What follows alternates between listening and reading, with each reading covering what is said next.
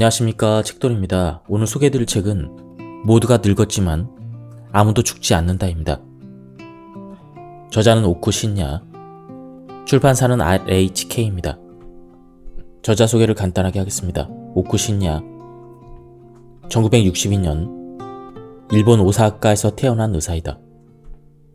도쿄대학교 의과대학 졸업 후 영국 레스터 대학교 경영대학원을 수료하며 방사선의학, 의료정보학, 의료미래학을 전공했다. 바로 본문을 보도록 하겠습니다. 여러분이 오늘 불의의 사고로 뇌사 상태에 빠졌다고 생각해보자. 사고 전에 장기기증 의사를 표현했다면 뇌사 판정을 받게 되고 여러분은 죽은 사람으로 취급되어 장기가 적출된다. 가족이 반대하면 여러분의 제공 의사가 있어도 장기 기증이 이루어지지 않아 살아있는 사람으로 취급된다. 장기 기증을 거부한다는 의사를 밝혀두었다면 뇌사 판정조차 이루어지지 않을지도 모른다. 그러면 여러분은 뇌사 상태이지만 살아있는 사람으로 다뤄져서 자발적 호흡이 자연히 끊길 때까지 병원에서 죽음을 기다리게 된다. 여러분이 갑자기 사라지는 것을 받아들이지 못하는 가족은 설령 의식이 없어도 인공호흡기 같은 생명유지장치를 달아 최대한 여러분의 목숨을 연명하려 할 것이다. 여러분은 뇌사 상태에 빠졌을 때 뇌사 판정을 받지 않고 죽음을 맞이하고 싶은가? 아니면 뇌사 판정을 받아 장기를 기증하기를 원하는가? 수긍할 수 있는 죽음을 맞이하기 위해서 연명치료를 어떻게 해야 할지에 대해서도 한 번쯤 생각해둘 필요가 있다. 연명치료란 환자가 회복할 가능성이 없어 임종이 얼마 안 남았다고 판단했을 때 임종을 늦추는 목적으로 하는 치료를 말한다. 대표적으로 인공호흡기와 위루술이 있다. 나이와 증상에 따라 다르겠지만 인공호흡기를 달고 위루술을 해서 영양을 공급하면 10에서 20년쯤 수명을 늘릴 수가 있다. 인공호흡기 튜브를 다는 약 15분 정도의 처치로 50세에 끝났을 수명이 70세까지 늘어날 수가 있다. 다만 이때 환자 본인의 의사가 반드시 존중되지 않는다는 점이 현대 연명 의료의 큰 문제이다. 소중한 사람을 잃기 싫은 가족은 설령 더 이상 대화를 나누지 못해도 인공호흡기를 달고 하루라도 오래 살아주기를 바랄 수가 있다. 이제까지 아무 문제 없이 건강했는데 갑자기 상태가 급변했을 때는 특히 그런 감정이 생긴다. 반면에 가엾고 슬프지만 의료기기를 쓰지 않고 자연스럽게 죽음을 맞게 해주고 싶다고 생각하는 가족도 있을 것이다. 양쪽 모두 환자를 생각하는 마음이므로 여기에서는 옳고 그름은 생각할 필요가 없다. 그런데 환자 본인의 생각은 어떨까? 인공호흡기를 달아야 될 상황이라면 환자가 의사표시를 하지 못할 정도로 위독할 가능성이 크다. 이때 과연 누구의 의사를 존중해야 할까? 부모, 자식. 이렇게 죽음의 주인이 본인이 아닌 때가 찾아온다. 본인의 의사와 가족의 의사. 어느 쪽을 존중해야 되는지의 문제는 잠시 접어두고 일단 인공호흡기를 달았다고 예를 들어보자. 장기간 인공호흡기를 쓰면 자발적인 호흡 기능이 약해진다. 인공호흡기를 떼면 죽을 가능성도 있다. 그래서 세간에서는 연명치료를 시작하면 그만두지 못한다라는 신화가 있다. 어쩌면 여러분 중에서도 의사에게 일단 인공호흡기를 장착하면 뗄 수 없어요. 그걸 떼면 제가 살인죄가 되니까요. 호흡기를 달지 말지 가족끼리 잘 상의해보세요. 이런 말을 들은 사람이 있을 수도 있겠다. 그러나 한 번 단 인공호흡기를 떼면 안 된다는 법률은 없다. 치료의 선택, 유지, 중지는 환자가 스스로 결정해야 될 사안이다. 본래 환자가 원하면 인공호흡기를 떼도 문제는 없다. 그래도 인공호흡기를 떼면 죽음으로 이어질 확률이 높기 때문에 환자가 의사를 표시해도 의사는 떼지 못하고 망설인다. 운이 나쁘면 유족이 소송을 걸거나 경찰에 체포될 위험성이 있는 상황에서 위험 부담을 짊어질 의사는 드물다. 어떤 치료를 받을지 또 치료를 받지 않을지의 주체는 환자 본인이어야 한다. 환자에게 의식이 없다면 가족의 의사를 존중해서 치료를 결단, 변경, 중지해야 한다.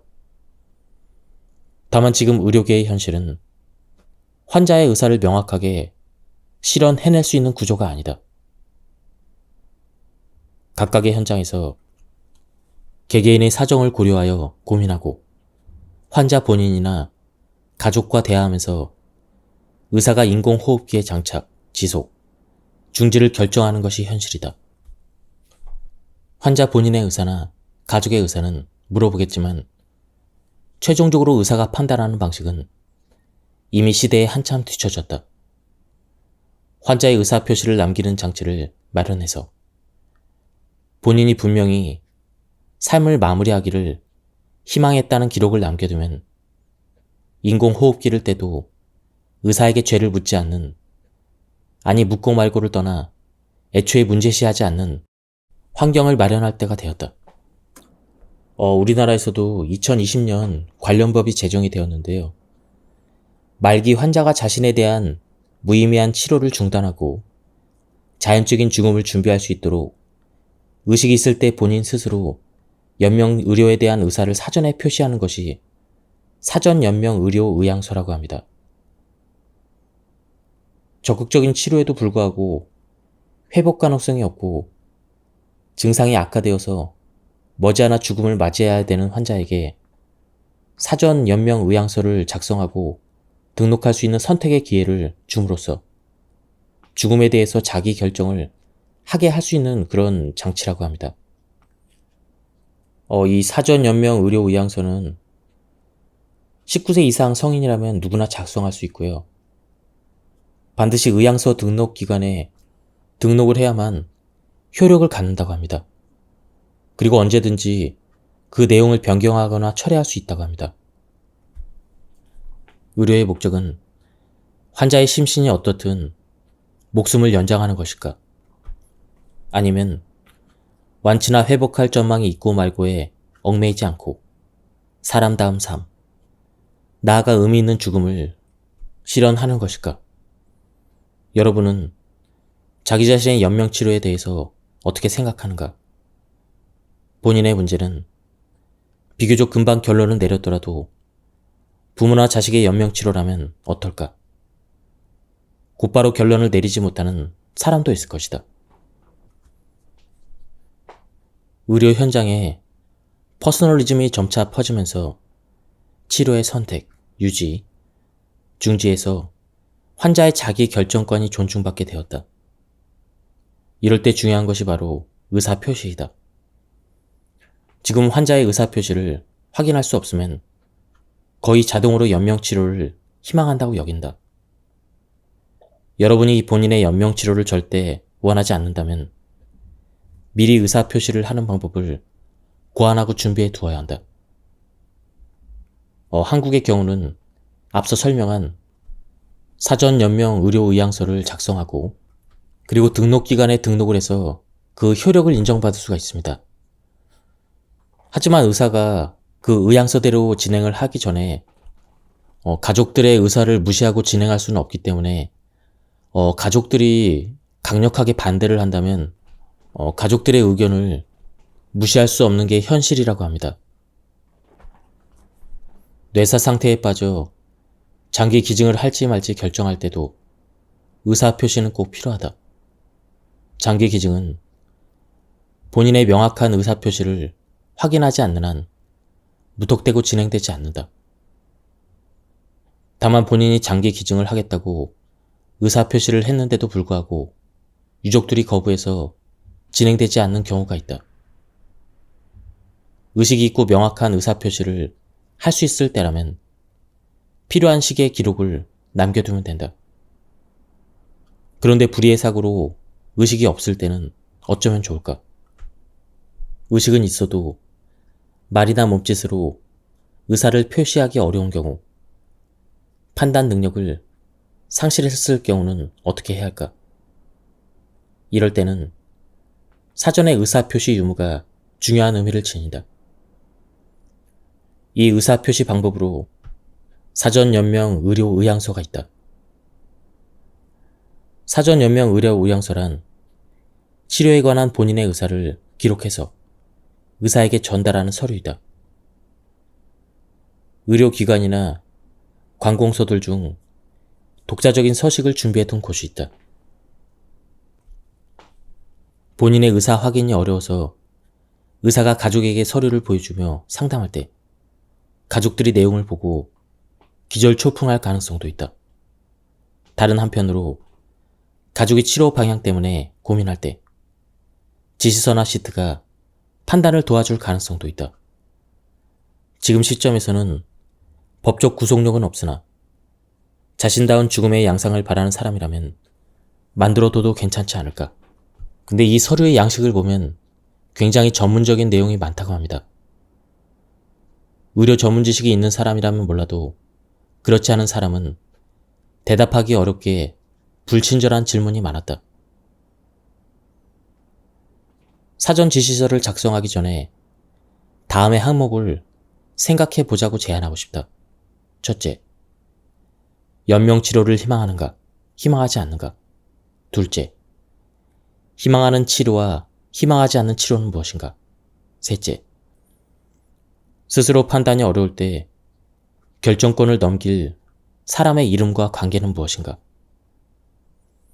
이 세 가지는 한 번쯤 진지하게 고려해 볼 항목이다.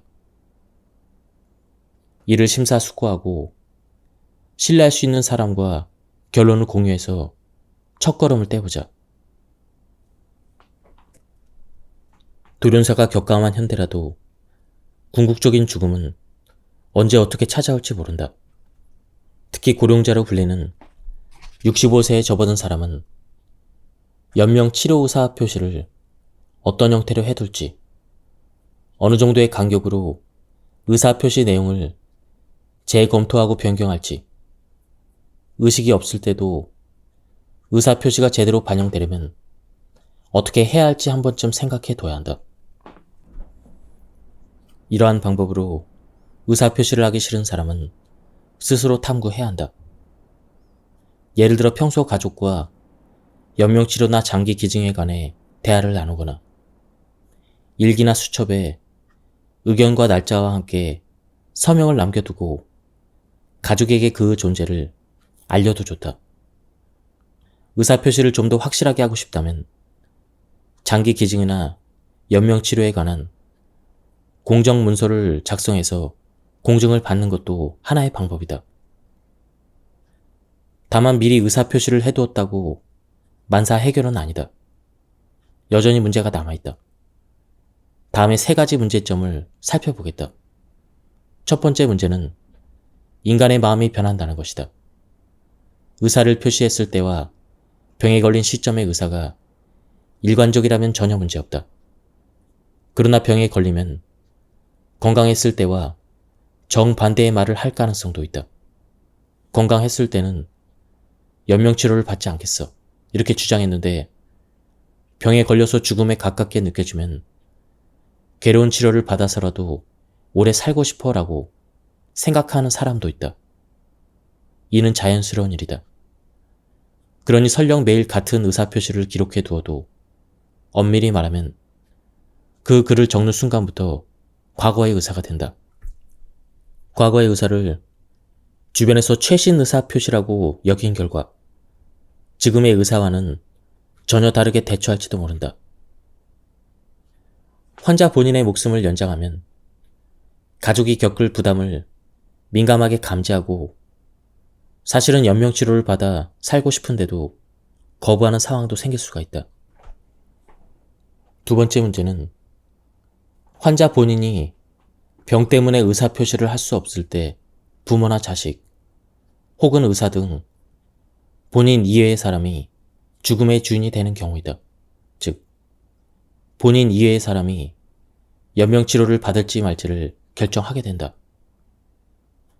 혹은 건강할 때 의사표시를 해두었는데도 가족의 의향을 중요하게 여겨서 이와는 정반대로 대처하는 상황도 있다.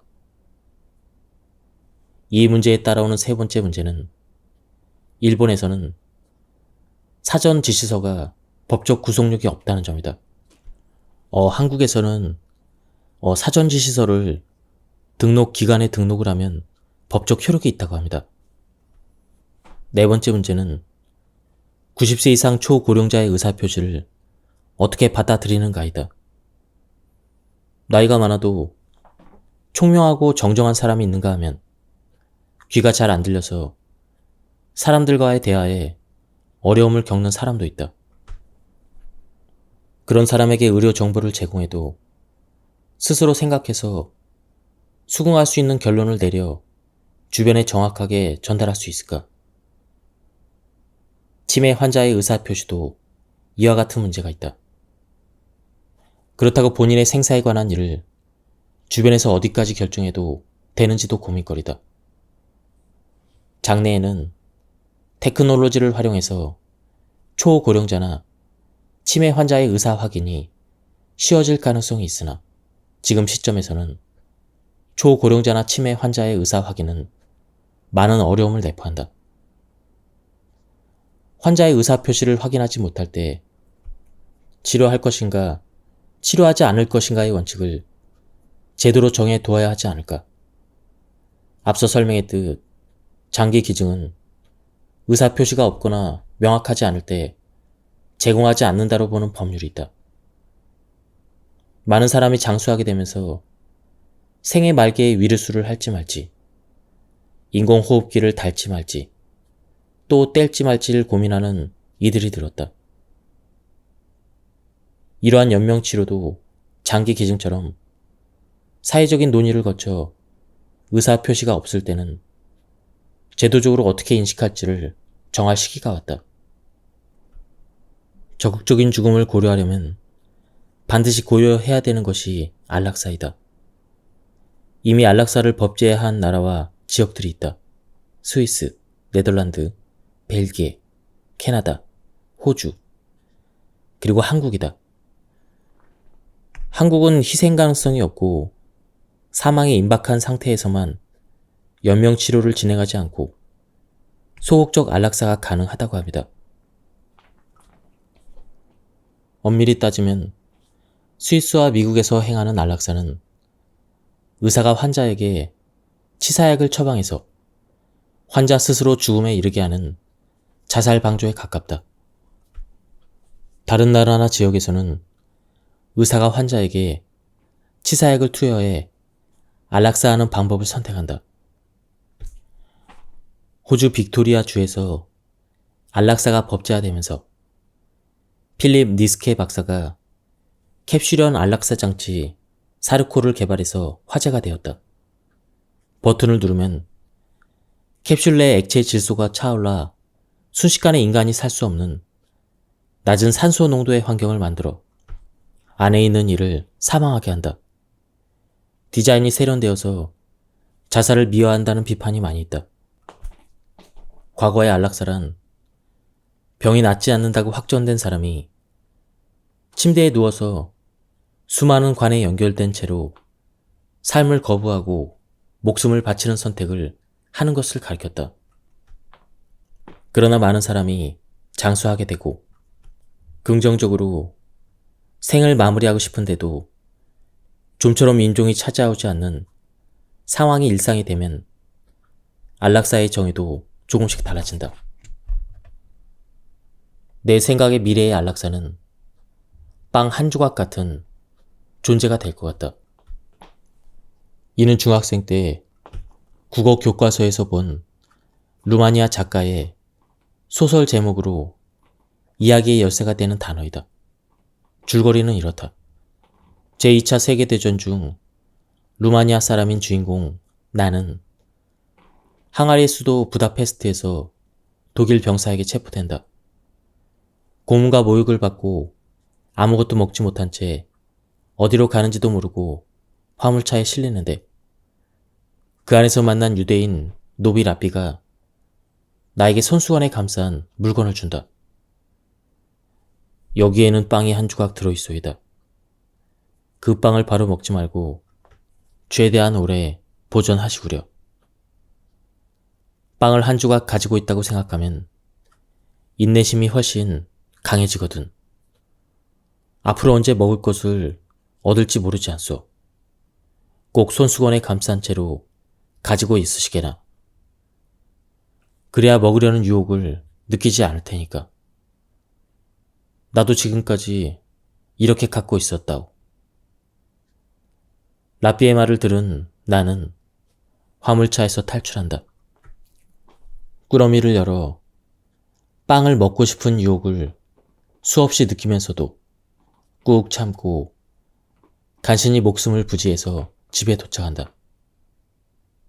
이게 나를 구했어. 그렇게 말하면서 주인공이 아내에게 손수건 꾸러미를 풀어서 보여주는데 안에 든 것은 빵이 아니라 나무 조각 하나였다는 이야기다. 주인공은 도망치는 동안 몇 번이나 견딜 수 없는 공복을 느꼈다. 그러나 여차하면 언제든 빵을 먹을 수 있다고 생각하며 마음을 다잡았다. 그렇게 빵 한 조각에 의지해서 정신을 바짝 차리고 무사히 돌아올 수가 있었다. 현재 일본에서는 병 때문에 견디지 못할 정도로 심신의 고통을 느껴 안락사를 바래도 소원을 이루지 못한다. 대량의 서류와 수백만 엔이라는 절대 저렴하지 않은 돈을 준비해서 약해진 몸을 걱정하며 스위스로 날아가는 방법뿐이다. 스위스에서는 외국인에 대한 자살 방조도 인정한다.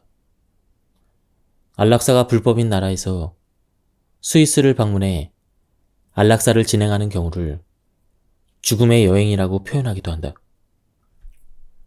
나는 안락사가 제도로서는 존재해야 된다고 생각한다. 만약 안락사가 법제화되면 안락사를 바라는 사람에게는 중요한 선택지가 된다. 어쩌면 여차하면 안락사 제도가 있으니까라는 안도감이 살아가는 구명줄이 되어 조금 더 살아볼까? 안락사를 할 때까지 뭘 할까? 이렇게 생각할 여유가 생기거나 마음을 안정시켜 줄 수도 있다. 최종적으로 안락사를 실행하더라도 쇠약해진 몸에 엄청난 부담을 주며 외국까지 나갈 필요도 없으니 고통스럽지 않은 환경에서 차분하게 목숨을 마무리할 수가 있다. 삶과 죽음에 자기 결정권을 행사할 수가 있다. 다만 안락사에는 죽음의 폭력이라는 문제가 따라온다. 임종이 가까운 사람이나 고령자, 치매 환자가 본인의 의사와는 반대로 주변의 압력 때문에 강제로 안락사를 당할 위험성이 없다고 하긴 어렵다. 의사로서 살아온 나는 그런 사태를 무슨 일이 있어도 막아야 한다고 생각한다. 여러분은 안락사를 어떻게 생각하는가? 찬성하는가? 반대하는가? 어떤 상황이라면 안락사를 허용해도 좋다고 생각하는가? 중요한 사안이므로 다시 말하는데 나는 안락사를 추천하라는 의도는 전혀 없다. 또한 앞서 언급한 죽음의 폭력 문제는 신중하게 대처해야 한다. 실제로는 적절한 식사와 운동을 병행하면 대부분 장수하는 시대가 되었다. 설령 병에 걸려도 조기 발견해서 적절한 치료만 한다면 회복할 절망이 있다. 완치는 무리여도 일상생활에 크게 지장이 없는 범위에서 병과 공존하여 살 수가 있다. 병을 계기로 삶의 양상이 달라진 사람도 있다. 나의 고교 동창이자 절친인 고시모 가지야가 바로 그런 사람이다. 고시모는 2013년에 연부조직 6종이라는 희귀암을 진단받고 15시간에 걸친 대수술을 받았다. 암 수술만으로도 큰일인데 입원 중에 전염병에 걸려 긴급 수술까지 받았다.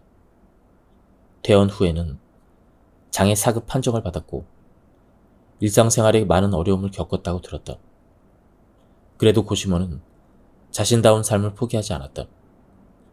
퇴원 후에 남은 인생을 긍정적으로 바라보게 되었어라고 말한 그는 더욱 일에 전념했다. 죽음을 의식하기 시작하자 그의 예민한 감성이 더욱더 예리해졌다. 지금 자신에게 필요하다고 생각한 부분에 리소스를 집중하기로 했을 것이다. 그 결과 그의 사업은 암에 걸리기 전보다 훨씬 호조를 보였다. 연간 매출 최고액을 갱신한 것도 큰 병에 걸린 뒤였다. 본인이 열심히 노력한 덕분에 거둔 성공이었지만 의료기술의 진보도 무시할 수 없는 한 가지 요인이었다. 애석하게도 고시모는 2021년에 세상을 떠났다. 그래도 그는 암을 인지한 후로 8년을 살았다. 말 그대로 죽기 하루 전까지 일에 몰두했다고 한다. 고시모처럼 모두가 강인하게 살 수 있는 것은 아니다. 그처럼 살 수 있는 사람이 오히려 소수일 것이다. 그래도 현대는 암을 인지한 후 몇 년부터 몇십 년까지 살아가는 경우가 늘었다. 이 사실을 이해하면 삶의 양상이 달라지는 사람이 늘어날 것이다. 병에 걸렸다고 해서 하고 싶은 일을 포기하거나 주변의 도움만 받으며 살지 않겠다는 사실을 알았으면 좋겠다. 죽음의 타이밍을 완벽하게 조종할 수는 없지만 죽음을 과도하게 두려워할 필요도 없다. 죽음을 맞이하기까지 삶의 양상을 내 손으로 디자인을 할 수 있고 나아가 죽음의 양상까지 디자인할 수가 있다. 죽음은 이미 언제 찾아올지 모르는 두려움의 대상이 아니라 언제쯤 올지 예측할 수 있는 대상이 되었다. 이 책을 읽는 여러분이라면 이미 이해했겠지만 현재와 미래의 의료 상황을 이해하고서 죽지 않는 시대의 삶의 양상과 죽음 양상을 자기 나름대로 정해둘 것. 이것이 곧 마지막까지 수긍할 수 있는 인생을 살아가는 일로 이어진다. 죽음을 부정하는 것. 언제 올지 모르는 두려운 것으로 인식한 시대가 끝나려고 한다. 죽음은 누구에게나 찾아온다. 그렇게 죽음을 꺼리낌 없이 화제에 올렸으면 좋겠다.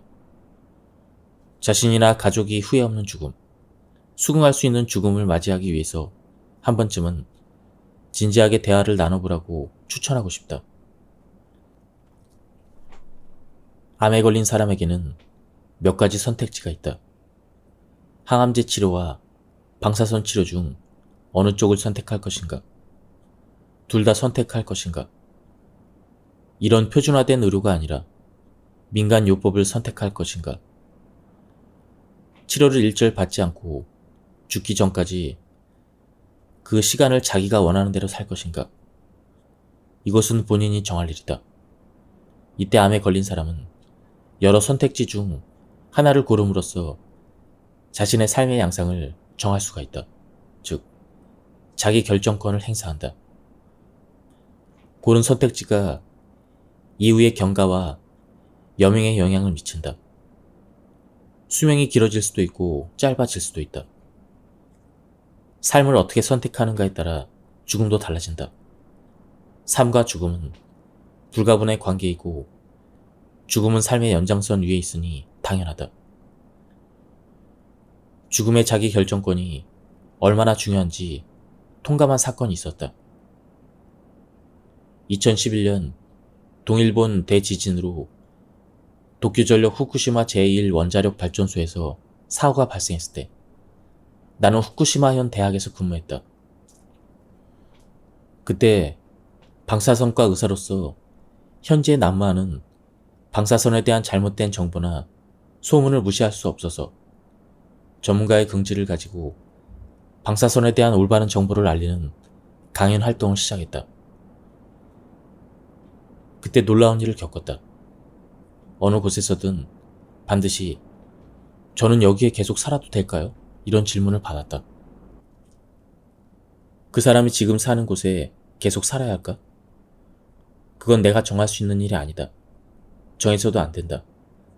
내가 할 수 있는 일은 필요한 정보를 제공하는 것 뿐이다.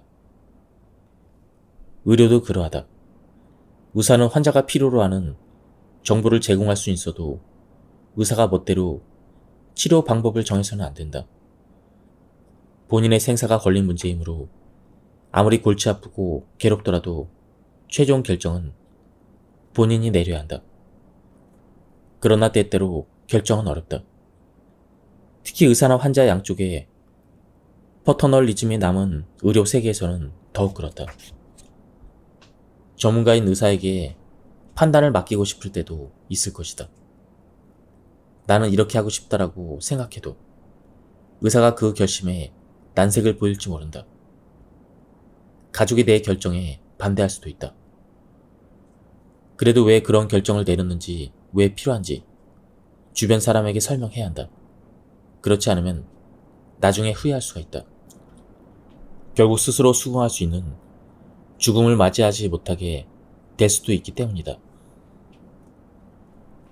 지금까지 이 책에 대한 리뷰를 모두 마쳤습니다. 이 책은 죽음에 대한 결정권을 굉장히 중요한 요소라고 보고 있습니다. 하지만 현실상 이 자기 결정권을 지키는 것이 쉽지 않은 문제입니다. 이 책에서는 어떻게 하면 죽음에 대한 자기 결정권을 지킬 수 있는지 자세한 설명이 나와 있었습니다. 한번 책을 구해서 읽어보실 것을 추천드립니다.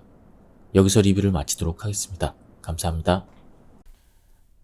안녕하십니까, 책돌입니다. 오늘 소개해드릴 책은 모두가 늙었지만 아무도 죽지 않는다입니다. 저자는 오쿠 신야, 출판사는 RHK입니다. 저자 소개를 간단하게 하겠습니다. 오쿠 신야, 1962년 일본 오사카에서 태어난 의사이다. 도쿄대학교 의과대학 졸업 후 영국 레스터 대학교 경영대학원을 수료하며 방사선의학, 의료정보학, 의료미래학을 전공했다. 바로 본문을 보도록 하겠습니다. 여러분이 오늘 불의의 사고로 뇌사 상태에 빠졌다고 생각해보자. 사고 전에 장기기증 의사를 표현했다면 뇌사 판정을 받게 되고 여러분은 죽은 사람으로 취급되어 장기가 적출된다. 가족이 반대하면 여러분의 제공 의사가 있어도 장기 기증이 이루어지지 않아 살아있는 사람으로 취급된다. 장기 기증을 거부한다는 의사를 밝혀두었다면 뇌사 판정조차 이루어지지 않을지도 모른다. 그러면 여러분은 뇌사 상태이지만 살아있는 사람으로 다뤄줘서 자발적 호흡이 자연히 끊길 때까지 병원에서 죽음을 기다리게 된다. 여러분이 갑자기 사라지는 것을 받아들이지 못하는 가족은 설령 의식이 없어도 인공호흡기 같은 생명유지장치를 달아 최대한 여러분의 목숨을 연명하려 할 것이다. 여러분은 뇌사 상태에 빠졌을 때 뇌사 판정을 받지 않고 죽음을 맞이하고 싶은가? 아니면 뇌사 판정을 받아 장기를 기증하기를 원하는가? 수긍할 수 있는 죽음을 맞이하기 위해서 연명치료를 어떻게 해야 할지에 대해서도 한 번쯤 생각해둘 필요가 있다. 연명치료란 환자가 회복할 가능성이 없어 임종이 얼마 안 남았다고 판단했을 때 임종을 늦추는 목적으로 하는 치료를 말한다. 대표적으로 인공호흡기와 위루술이 있다. 나이와 증상에 따라 다르겠지만 인공호흡기를 달고 위루술을 해서 영양을 공급하면 10에서 20년쯤 수명을 늘릴 수가 있다. 인공호흡기 튜브를 다는 약 15분 정도의 처치로 50세에 끝났을 수명이 70세까지 늘어날 수가 있다. 다만 이때 환자 본인의 의사가 반드시 존중되지 않는다는 점이 현대 연명 의료의 큰 문제이다. 소중한 사람을 잃기 싫은 가족은 설령 더 이상 대화를 나누지 못해도 인공호흡기를 달고 하루라도 오래 살아주기를 바랄 수가 있다. 이제까지 아무 문제 없이 건강했는데 갑자기 상태가 급변했을 때는 특히 그런 감정이 생긴다. 반면에 가엾고 슬프지만 의료기기를 쓰지 않고 자연스럽게 죽음을 맞게 해주고 싶다고 생각하는 가족도 있을 것이다. 양쪽 모두 환자를 생각하는 마음이므로 여기에서는 옳고 그름은 생각할 필요가 없다. 그런데 환자 본인의 생각은 어떨까? 인공호흡기를 달아야 될 상황이라면 환자가 의사표시를 하지 못할 정도로 위독할 가능성이 크다. 이때 과연 누구의 의사를 존중해야 할까? 부모, 자식. 이렇게 죽음의 주인이 본인이 아닌 때가 찾아온다. 본인의 의사와 가족의 의사. 어느 쪽을 존중해야 되는지의 문제는 잠시 접어두고 일단 인공호흡기를 달았다고 예를 들어보자. 장기간 인공호흡기를 쓰면 자발적인 호흡 기능이 약해진다. 인공호흡기를 떼면 죽을 가능성도 있다. 그래서 세간에서는 연명치료를 시작하면 그만두지 못한다라는 신화가 있다. 어쩌면 여러분 중에서도 의사에게 일단 인공호흡기를 장착하면 뗄 수 없어요. 그걸 떼면 제가 살인죄가 되니까요. 호흡기를 달지 말지 가족끼리 잘 상의해보세요. 이런 말을 들은 사람이 있을 수도 있겠다. 그러나 한 번 단 인공호흡기를 떼면 안 된다는 법률은 없다. 치료의 선택, 유지, 중지는 환자가 스스로 결정해야 될 사안이다. 본래 환자가 원하면 인공호흡기를 떼도 문제는 없다. 그래도 인공호흡기를 떼면 죽음으로 이어질 확률이 높기 때문에 환자가 의사를 표시해도 의사는 떼지 못하고 망설인다. 운이 나쁘면 유족이 소송을 걸거나 경찰에 체포될 위험성이 있는 상황에서 위험 부담을 짊어질 의사는 드물다. 어떤 치료를 받을지 또 치료를 받지 않을지의 주체는 환자 본인이어야 한다. 환자에게 의식이 없다면 가족의 의사를 존중해서 치료를 결단, 변경, 중지해야 한다.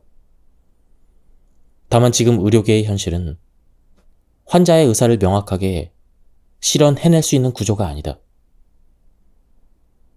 각각의 현장에서 개개인의 사정을 고려하여 고민하고 환자 본인이나 가족과 대화하면서 의사가 인공호흡기의 장착, 지속, 중지를 결정하는 것이 현실이다.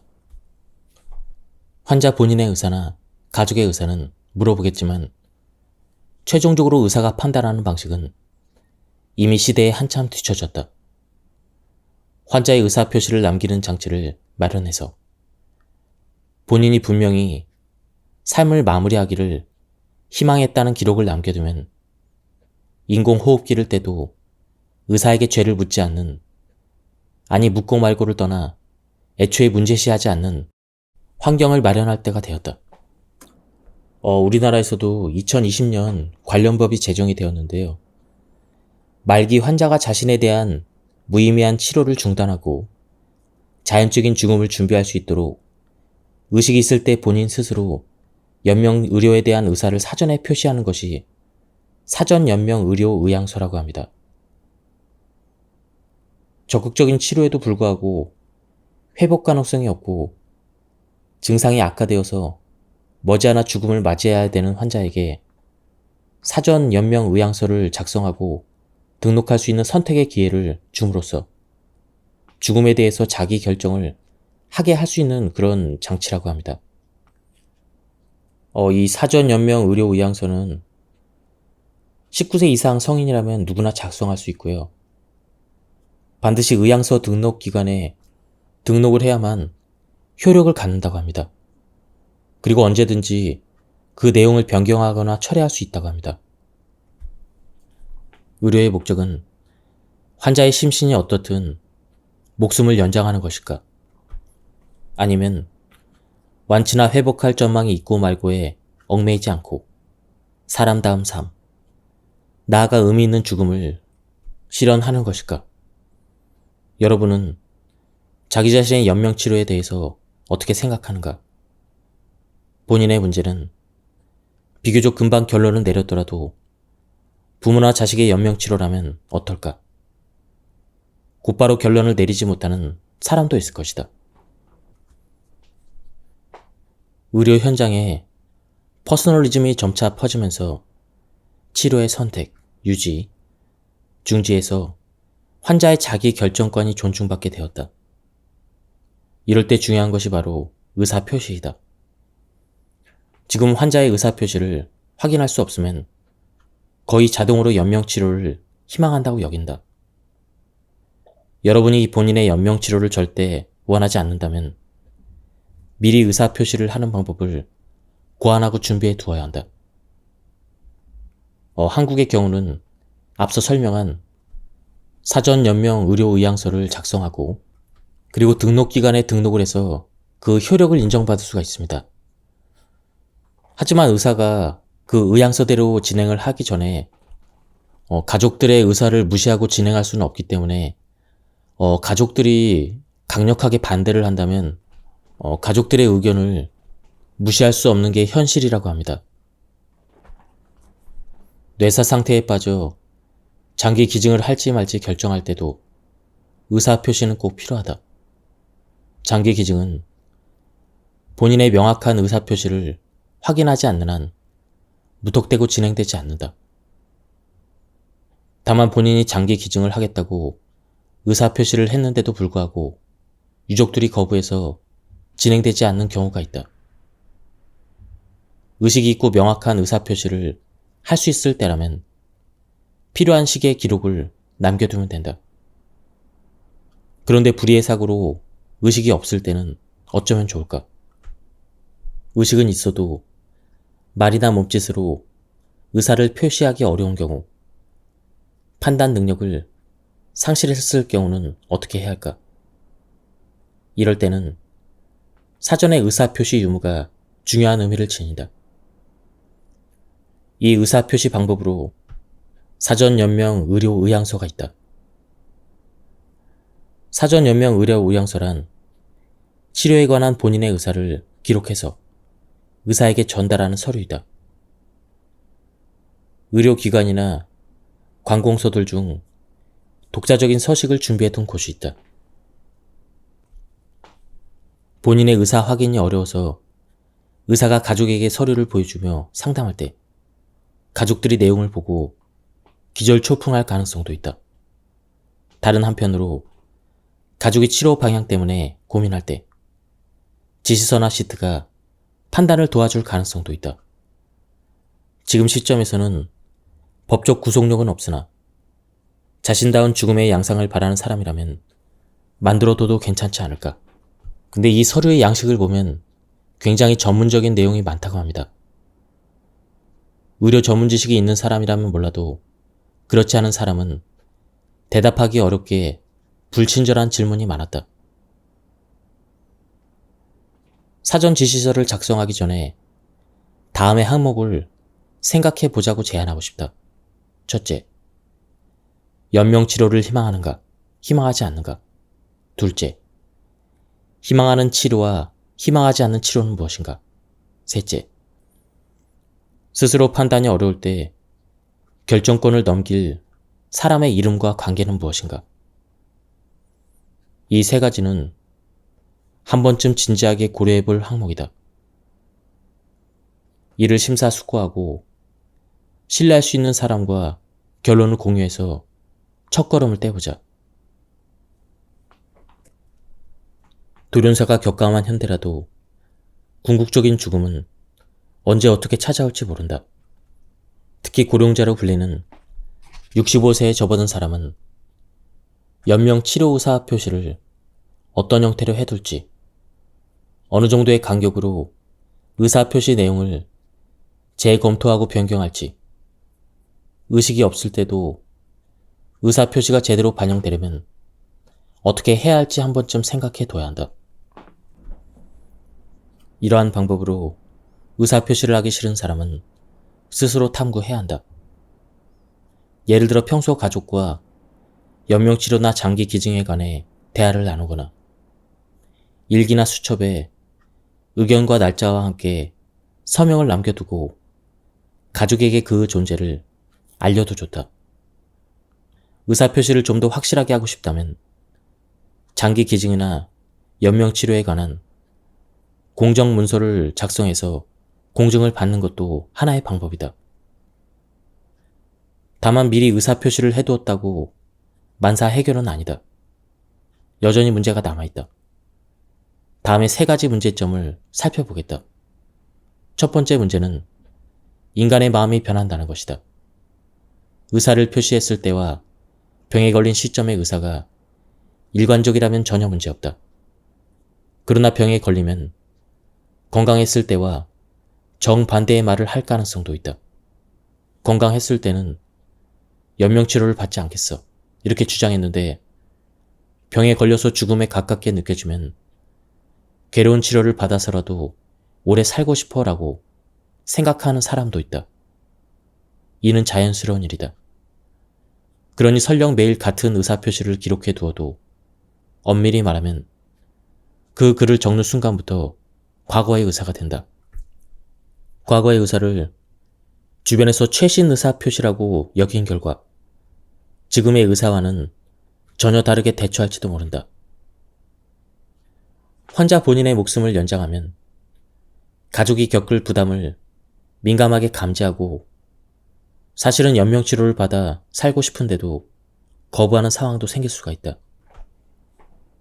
두 번째 문제는 환자 본인이 병 때문에 의사표시를 할 수 없을 때 부모나 자식 혹은 의사 등 본인 이외의 사람이 죽음의 주인이 되는 경우이다. 즉, 본인 이외의 사람이 연명치료를 받을지 말지를 결정하게 된다. 혹은 건강할 때 의사표시를 해두었는데도 가족의 의향을 중요하게 여겨서 이와는 정반대로 대처하는 상황도 있다. 이 문제에 따라오는 세 번째 문제는 일본에서는 사전 지시서가 법적 구속력이 없다는 점이다. 한국에서는 사전 지시서를 등록기관에 등록을 하면 법적 효력이 있다고 합니다. 네 번째 문제는 90세 이상 초고령자의 의사표시를 어떻게 받아들이는가이다. 나이가 많아도 총명하고 정정한 사람이 있는가 하면 귀가 잘 안 들려서 사람들과의 대화에 어려움을 겪는 사람도 있다. 그런 사람에게 의료 정보를 제공해도 스스로 생각해서 수긍할 수 있는 결론을 내려 주변에 정확하게 전달할 수 있을까? 치매 환자의 의사표시도 이와 같은 문제가 있다. 그렇다고 본인의 생사에 관한 일을 주변에서 어디까지 결정해도 되는지도 고민거리다. 장래에는 테크놀로지를 활용해서 초고령자나 치매 환자의 의사 확인이 쉬워질 가능성이 있으나 지금 시점에서는 초고령자나 치매 환자의 의사 확인은 많은 어려움을 내포한다. 환자의 의사표시를 확인하지 못할 때 치료할 것인가, 치료하지 않을 것인가의 원칙을 제대로 정해 두어야 하지 않을까. 앞서 설명했듯 장기 기증은 의사표시가 없거나 명확하지 않을 때 제공하지 않는다로 보는 법률이 있다. 많은 사람이 장수하게 되면서 생애 말기에 위르수를 할지 말지, 인공호흡기를 달지 말지, 또 뗄지 말지를 고민하는 이들이 들었다. 이러한 연명치료도 장기 기증처럼 사회적인 논의를 거쳐 의사 표시가 없을 때는 제도적으로 어떻게 인식할지를 정할 시기가 왔다. 적극적인 죽음을 고려하려면 반드시 고려해야 되는 것이 안락사이다. 이미 안락사를 법제화한 나라와 지역들이 있다. 스위스, 네덜란드, 벨기에, 캐나다, 호주, 그리고 한국이다. 한국은 희생 가능성이 없고 사망에 임박한 상태에서만 연명치료를 진행하지 않고 소극적 안락사가 가능하다고 합니다. 엄밀히 따지면 스위스와 미국에서 행하는 안락사는 의사가 환자에게 치사약을 처방해서 환자 스스로 죽음에 이르게 하는 자살 방조에 가깝다. 다른 나라나 지역에서는 의사가 환자에게 치사약을 투여해 안락사하는 방법을 선택한다. 호주 빅토리아 주에서 안락사가 법제화되면서 필립 니스케 박사가 캡슐형 안락사 장치 사르코를 개발해서 화제가 되었다. 버튼을 누르면 캡슐 내 액체 질소가 차올라 순식간에 인간이 살 수 없는 낮은 산소 농도의 환경을 만들어 안에 있는 이를 사망하게 한다. 디자인이 세련되어서 자살을 미화한다는 비판이 많이 있다. 과거의 안락사란 병이 낫지 않는다고 확정된 사람이 침대에 누워서 수많은 관에 연결된 채로 삶을 거부하고 목숨을 바치는 선택을 하는 것을 가리켰다. 그러나 많은 사람이 장수하게 되고 긍정적으로 생을 마무리하고 싶은데도 좀처럼 인종이 찾아오지 않는 상황이 일상이 되면 안락사의 정의도 조금씩 달라진다. 내 생각의 미래의 안락사는 빵 한 조각 같은 존재가 될 것 같다. 이는 중학생 때 국어 교과서에서 본 루마니아 작가의 소설 제목으로 이야기의 열쇠가 되는 단어이다. 줄거리는 이렇다. 제2차 세계대전 중 루마니아 사람인 주인공 나는 항아리의 수도 부다페스트에서 독일 병사에게 체포된다. 고문과 모욕을 받고 아무것도 먹지 못한 채 어디로 가는지도 모르고 화물차에 실리는데 그 안에서 만난 유대인 노비 라삐가 나에게 손수건에 감싼 물건을 준다. 여기에는 빵이 한 조각 들어있소이다. 그 빵을 바로 먹지 말고 최대한 오래 보존하시구려. 빵을 한 조각 가지고 있다고 생각하면 인내심이 훨씬 강해지거든. 앞으로 언제 먹을 것을 얻을지 모르지 않소. 꼭 손수건에 감싼 채로 가지고 있으시게나. 그래야 먹으려는 유혹을 느끼지 않을 테니까. 나도 지금까지 이렇게 갖고 있었다오. 라삐의 말을 들은 나는 화물차에서 탈출한다. 꾸러미를 열어 빵을 먹고 싶은 유혹을 수없이 느끼면서도 꾹 참고 간신히 목숨을 부지해서 집에 도착한다. 이게 나를 구했어. 그렇게 말하면서 주인공이 아내에게 손수건 꾸러미를 풀어서 보여주는데 안에 든 것은 빵이 아니라 나무 조각 하나였다는 이야기다. 주인공은 도망치는 동안 몇 번이나 견딜 수 없는 공복을 느꼈다. 그러나 여차하면 언제든 빵을 먹을 수 있다고 생각하며 마음을 다잡았다. 그렇게 빵 한 조각에 의지해서 정신을 바짝 차리고 무사히 돌아올 수가 있었다. 현재 일본에서는 병 때문에 견디지 못할 정도로 심신의 고통을 느껴 안락사를 바래도 소원을 이루지 못한다. 대량의 서류와 수백만 엔이라는 절대 저렴하지 않은 돈을 준비해서 약해진 몸을 걱정하며 스위스로 날아가는 방법뿐이다. 스위스에서는 외국인에 대한 자살 방조도 인정한다. 안락사가 불법인 나라에서 스위스를 방문해 안락사를 진행하는 경우를 죽음의 여행이라고 표현하기도 한다. 나는 안락사가 제도로서는 존재해야 된다고 생각한다. 만약 안락사가 법제화되면 안락사를 바라는 사람에게는 중요한 선택지가 된다. 어쩌면 여차하면 안락사 제도가 있으니까라는 안도감이 살아가는 구명줄이 되어 조금 더 살아볼까? 안락사를 할 때까지 뭘 할까? 이렇게 생각할 여유가 생기거나 마음을 안정시켜줄 수도 있다. 최종적으로 안락사를 실행하더라도 쇠약해진 몸에 엄청난 부담을 주며 외국까지 나갈 필요도 없으니 고통스럽지 않은 환경에서 차분하게 목숨을 마무리할 수가 있다. 삶과 죽음에 자기 결정권을 행사할 수가 있다. 다만 안락사에는 죽음의 폭력이라는 문제가 따라온다. 임종이 가까운 사람이나 고령자, 치매 환자가 본인의 의사와는 반대로 주변의 압력 때문에 강제로 안락사를 당할 위험성이 없다고 하긴 어렵다.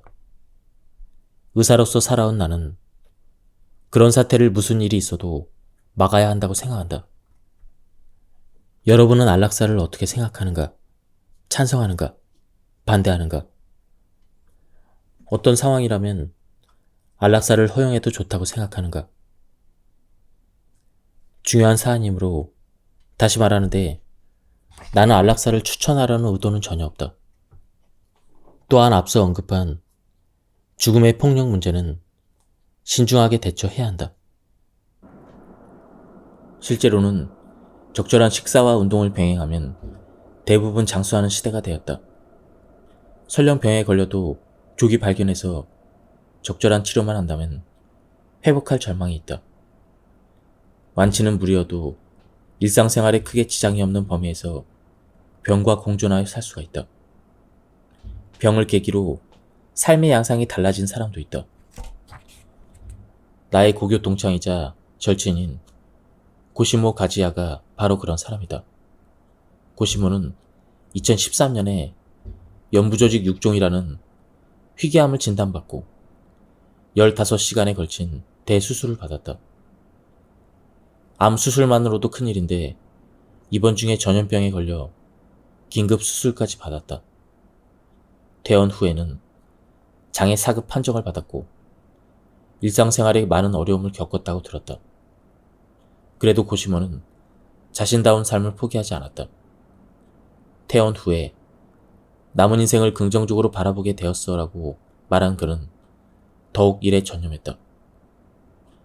죽음을 의식하기 시작하자 그의 예민한 감성이 더욱더 예리해졌다. 지금 자신에게 필요하다고 생각한 부분에 리소스를 집중하기로 했을 것이다. 그 결과 그의 사업은 암에 걸리기 전보다 훨씬 호조를 보였다. 연간 매출 최고액을 갱신한 것도 큰 병에 걸린 뒤였다. 본인이 열심히 노력한 덕분에 거둔 성공이었지만 의료기술의 진보도 무시할 수 없는 한 가지 요인이었다. 애석하게도 고시모는 2021년에 세상을 떠났다. 그래도 그는 암을 인지한 후로 8년을 살았다. 말 그대로 죽기 하루 전까지 일에 몰두했다고 한다. 고시모처럼 모두가 강인하게 살 수 있는 것은 아니다. 그처럼 살 수 있는 사람이 오히려 소수일 것이다. 그래도 현대는 암을 인지한 후 몇 년부터 몇십 년까지 살아가는 경우가 늘었다. 이 사실을 이해하면 삶의 양상이 달라지는 사람이 늘어날 것이다. 병에 걸렸다고 해서 하고 싶은 일을 포기하거나 주변의 도움만 받으며 살지 않겠다는 사실을 알았으면 좋겠다. 죽음의 타이밍을 완벽하게 조종할 수는 없지만 죽음을 과도하게 두려워할 필요도 없다. 죽음을 맞이하기까지 삶의 양상을 내 손으로 디자인할 수 있고 나아가 죽음의 양상까지 디자인할 수가 있다. 죽음은 이미 언제 찾아올지 모르는 두려움의 대상이 아니라 언제쯤 올지 예측할 수 있는 대상이 되었다. 이 책을 읽는 여러분이라면 이미 이해했겠지만 현재와 미래의 의료 상황을 이해하고서 죽지 않는 시대의 삶의 양상과 죽음 양상을 자기 나름대로 정해둘 것. 이것이 곧 마지막까지 수긍할 수 있는 인생을 살아가는 일로 이어진다. 죽음을 부정하는 것. 언제 올지 모르는 두려운 것으로 인식한 시대가 끝나려고 한다. 죽음은 누구에게나 찾아온다. 그렇게 죽음을 꺼리낌 없이 화제에 올렸으면 좋겠다. 자신이나 가족이 후회 없는 죽음, 수긍할 수 있는 죽음을 맞이하기 위해서 한 번쯤은 진지하게 대화를 나눠보라고 추천하고 싶다. 암에 걸린 사람에게는 몇 가지 선택지가 있다. 항암제 치료와 방사선 치료 중 어느 쪽을 선택할 것인가? 둘 다 선택할 것인가? 이런 표준화된 의료가 아니라 민간 요법을 선택할 것인가? 치료를 일절 받지 않고 죽기 전까지 그 시간을 자기가 원하는 대로 살 것인가? 이것은 본인이 정할 일이다. 이때 암에 걸린 사람은 여러 선택지 중 하나를 고름으로써 자신의 삶의 양상을 정할 수가 있다. 즉, 자기 결정권을 행사한다. 고른 선택지가 이후의 경과와 여명에 영향을 미친다. 수명이 길어질 수도 있고 짧아질 수도 있다. 삶을 어떻게 선택하는가에 따라 죽음도 달라진다. 삶과 죽음은 불가분의 관계이고 죽음은 삶의 연장선 위에 있으니 당연하다. 죽음의 자기 결정권이 얼마나 중요한지 통감한 사건이 있었다. 2011년 동일본 대지진으로 도쿄전력 후쿠시마 제1 원자력 발전소에서 사고가 발생했을 때 나는 후쿠시마현 대학에서 근무했다. 그때 방사선과 의사로서 현재 난무하는 방사선에 대한 잘못된 정보나 소문을 무시할 수 없어서 전문가의 긍지를 가지고 방사선에 대한 올바른 정보를 알리는 강연 활동을 시작했다. 그때 놀라운 일을 겪었다. 어느 곳에서든 반드시 저는 여기에 계속 살아도 될까요? 이런 질문을 받았다. 그 사람이 지금 사는 곳에 계속 살아야 할까? 그건 내가 정할 수 있는 일이 아니다. 정해서도 안 된다. 내가 할 수 있는 일은 필요한 정보를 제공하는 것 뿐이다. 의료도 그러하다. 의사는 환자가 필요로 하는 정보를 제공할 수 있어도 의사가 멋대로 치료 방법을 정해서는 안 된다. 본인의 생사가 걸린 문제이므로 아무리 골치 아프고 괴롭더라도 최종 결정은 본인이 내려야 한다.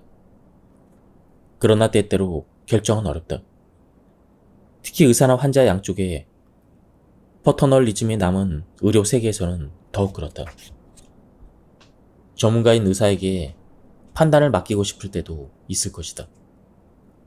나는 이렇게 하고 싶다라고 생각해도 의사가 그 결심에 난색을 보일지 모른다. 가족이 내 결정에 반대할 수도 있다. 그래도 왜 그런 결정을 내렸는지, 왜 필요한지 주변 사람에게 설명해야 한다. 그렇지 않으면 나중에 후회할 수가 있다. 결국 스스로 수긍할 수 있는 죽음을 맞이하지 못하게 될 수도 있기 때문이다. 지금까지 이 책에 대한 리뷰를 모두 마쳤습니다. 이 책은 죽음에 대한 결정권을 굉장히 중요한 요소라고 보고 있습니다. 하지만 현실상 이 자기 결정권을 지키는 것이 쉽지 않은 문제입니다. 이 책에서는 어떻게 하면 죽음에 대한 자기 결정권을 지킬 수 있는지 자세한 설명이 나와 있었습니다. 한번 책을 구해서 읽어보실 것을 추천드립니다. 여기서 리뷰를 마치도록 하겠습니다. 감사합니다.